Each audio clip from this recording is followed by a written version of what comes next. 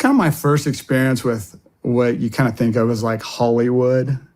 Like, oh boy. Just, yeah. So there are just so many creeps around this kind of world, right? So first kind of like really weird thing that happened in this kind of Southern California, Hollywood skateboard scene is there's this pro named Mark Gator Rogalski. I don't know if that name rings a bell.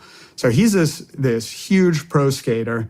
At the time, he was probably like very equivalent to say like a Tony Hawk, Mike McGill, Bones Brigade guys. Like he was like a hero of mine. Like I'm watching him on videos. You know, he was kind of the top of the food chain back then. So I'm like 12, 13, 14, spending all my time at these skate parks. So I'm skating with all these guys. And one day I get home, I think it was from school. My parents bring me in. They're like, you need to know something. Like sit down because we know you really look up to this guy. But he just turned himself in for murder.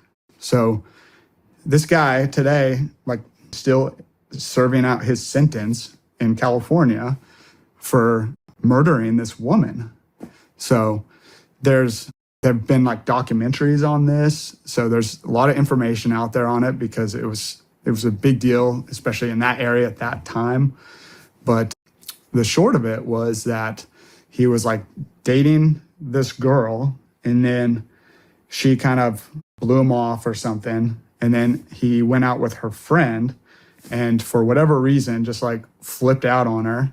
And like the story is he murdered her with a bike lock and then stuffed her in a surfboard bag and drove her out to the desert and like buried her in a shallow grave out there. Holy shit.